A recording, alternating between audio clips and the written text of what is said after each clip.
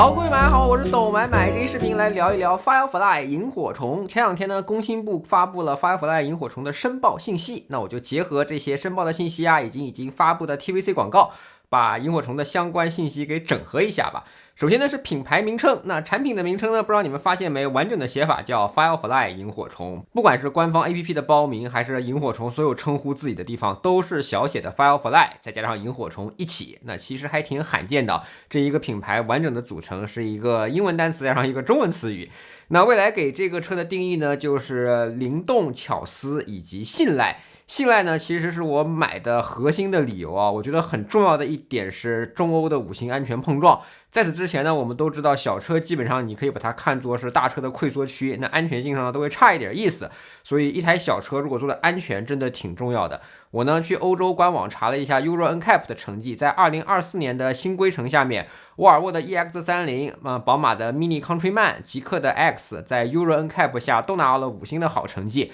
当然了，有5星，那也有差生啊，像铃木的 Swift， 国内之前叫做雨燕是吧，只拿到了3星。那整体上呢，这些车的成绩呈现出越重，然后整个成绩越好的一个状态。Firefly 萤火虫在工信部的整备质量只有1492千克。他们官方说的这是按照5星的标准去研发的，当然车还没开始卖嘛，肯定是没有成绩的。但是如果以后拿到了5星的成绩，我觉得非常有东西啊！而且呢，这台车有9个气囊，那作为一个简单的对比吧 ，Model Y 其实是7个气囊，那9个气囊是啥意思啊？跟未来的 ET9 这样的旗舰大轿车，数量是一样的。就是在这么一款小车上搞这么多气囊，罕见，非常的罕见。那产品尺寸上呢，车长4003毫米，宽1781毫米，高1557毫米，真的就是一个4米的车，一点都不说4米多，它就是个4米的车。作为一些对比呢，这个车在车长上是要比宝马的电动 mini 3858毫米要长一些的，但是比大众的 ID.3 4261毫米是要短的，所以你大概是有一个这个车型号的概念了。不过这个车的尺寸呢，也造成了它有很小的一些转弯半径啊，4.7米的转弯半径，城市的腾挪还是很方便的。Firefly 萤火虫的车轮呢，倒是给的特别大啊，215/50-18寸的车轮，在这个车的尺寸上，你会显得萤火虫的4门4角非常醒目。但是电机功率让我很意外啊，仅有105千瓦。你要知道，大众 ID.3 都是有125千瓦的功率的。不过呢，得益于更加轻量化的设计吧，我估计 Firefly 萤火虫的100公里加速应该跟 ID.3 差不多，8秒左右。轮毂呢有3种尺寸可选，目前呢咱们看到的都是类似于这种低风阻的轮毂造型。我个人呢会喜欢这个第3种啊，看起来镂空设计非常像锻造的轮毂，感觉很运动。不知道不同的轮毂所配的轮胎会不会也相应的有所变化。考虑到呢，这个车使用的是较小功率的电机，那功率做小肯定是希望把电动机给它做小嘛。然后电动机其实还有一个非常重要的点，就是它的减速比。我猜萤火虫在减速比上应该也有所成就。那所以呢，这个车在城市工况下，我个人猜测啊，使用105千瓦的电机一定有它的原因嘛，所以它的城市续航的达成率应该会相当不错。那说到续航啊 ，Firefly 萤火虫公布了一个在零下29度漂移的视频，仪表盘上明确写了当前的室外气温是零下29摄氏度，续航在75%的条件下，剩余里程是225公里。那这个里程呢，我已经明确问过了，它是一个实估续航，也就是说是按照当前的气温，按照你当前的驾驶实际情况进行的测算。按照未来车型的这个风格呢，这个数据是要比 EPA 还准确的。对，我们都知道 CLTC 的续航会有一定的水分，但是 EPA 啊，包括 WLTP 是不同的测试的一些标准，但唯有最真实的标准是按照你的驾驶习惯、你的当前气温这种方式来做的。所以在未来的车型上，这叫实估里程。我想这个东西也弄到萤火虫上，所以你基本上就可以理解为这个续航就是1:1可以开到的不打折的续航。那零下30度的实估续航还有300公里，那这个车的续航确实有点东西，对吧？按照 CLTC 标准计算的话，超过400公里非常容易啊。这个漂移视频呢，还展现了 Firefly 萤火虫是一个怀档的设计。这个车的驾驶呢，找了厂牌摩提马蒂来帮着调教，前后的配重呢是50:50，后驱的设定后5连杆，所以呢有相对比较好的可玩性。你看在这里啊，你能感觉到这个车略微有一丢丢的分裂啊，它有很好的驾驶基础，对吧？但是它没有给很大的动力。简单来说，就是这个车的动力键盘值是不够的，但是其他东西表现又很好，而且还是个后驱车。那车的外观方面呢，这也是这些天最多的吐槽点吧。总之就是呢，这个灯叫做3重奏大灯，是品牌的识别度。灯呢可以一次点亮，也可以常亮，双闪呢也是通过这个灯来实现的，所以呢灯是不可能改的，而且灯呢也是法规件，你也知道改一个灯呢，这个车最起码要延迟上市2年。这个灯呢，我第一次看到的时候，车呢是照着一个黑色的车衣，然后就透出来这6个点，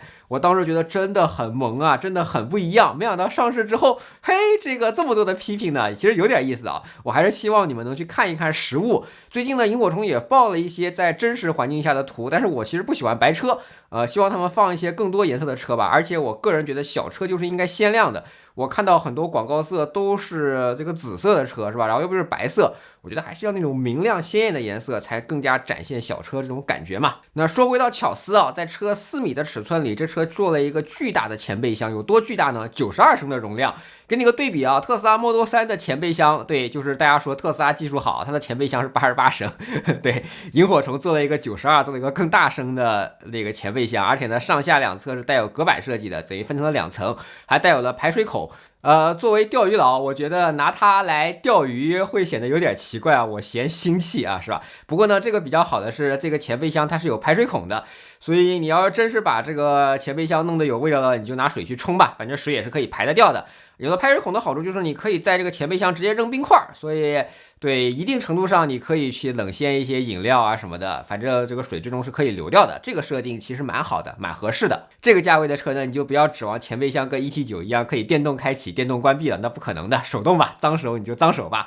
4门5座车，后排必然是可以放倒的。已经公开的数据显示呢，这个车后排放倒之后会有1250升的纯平空间。官方说呢，是一个乐队的装备都可以放得下，稍微有点显得过于文青了。我其实不知道乐队有多少装备嘛。然后这个纯平的后备箱下面呢，还有一层相对比较平整的区域，合理间隔之后也可以放下很多东西。官方在演示视频中，其实放鞋都是 OK 的，所以你大概可以想象一下这个下面一层的高度。那在车内的座舱方面呢，发布会给了一套比较完整的设计方案，我也给它贴出来。我觉得这套设计方案非常的灵动，符合这个人群所想要的。不管呢是 UI 设计啊，还是它的交互方式，在雪地漂移的视频里面能看到他们稍微展现了一点点。这个呢，应该也是整车交付之后的一大亮点。那个恕我直言，在这个尺度的车里，大部分车的车机做的还是功能机一样的存在。Firefly 萤火虫已经把它做上了真正人们想要的2025年该有的车机的样子了。另外呢，车机都是蔚来家族的产品，这个车的底层呢也是 SkyOS 天书，只不过它的功能节点肯定要比 ET9 少很多，这也是蔚来集团一直在投入研发的一个好处啊，就是所有的这些东西它的底层是一样的，它给用户套的那层壳是不一样的，这其实是一件好事啊，节约成本。11年了，蔚来公司成熟了，你不能再说它是新势力了，它真的会干事儿了。那智能化上呢，目前已公开的信息就是它会有很好的泊车能力，各种奇怪的车位呢都能自动泊车，离车泊车的功能也会有，加上车本身就不大，还有4.7米的转弯半径，所以这个车的日常场景驾驶啊、泊车什么的不用担心，也非常适合一些倒车技术稍微差一点的同学们来开，对吧？Firefly 萤火虫呢，在发布过来这些天吧，一直反复强调自己的品牌精神是自在发光。说的更加直白一点啊，14.88万的预售价格，其实可以买到很多大车了。买这么一台小车的人，他必然是对生活有一些与众不同的理解和追求。车这种东西啊，它就是不同性格、不同消费能力、不同认知、不同个性，在消费上的一种折射，我这么说大家应该能接受吧？所以我个人倒不会特别担心这个外观设计会怎么样，相反我觉得它很与众不同，而且呢，作为预定车主在驾驶它之前呢，我唯一担心的是这个105千瓦的电动机，觉得会有一点不够用，而且没有键盘值，所以这台车我到底要不要买，我还是要等到它试驾，就是试驾完之后，我要真正的感受一下这个105千瓦的电机在这样一台小巧灵动的车上感受到底如何，我再决定，好吗？那好了，以上就是本期懂外买的视频，我算是把最近 Firefly 萤火虫在互联网上所流传的各种各样的 TVC 啊，各种各样的官方内容啊，各种各样的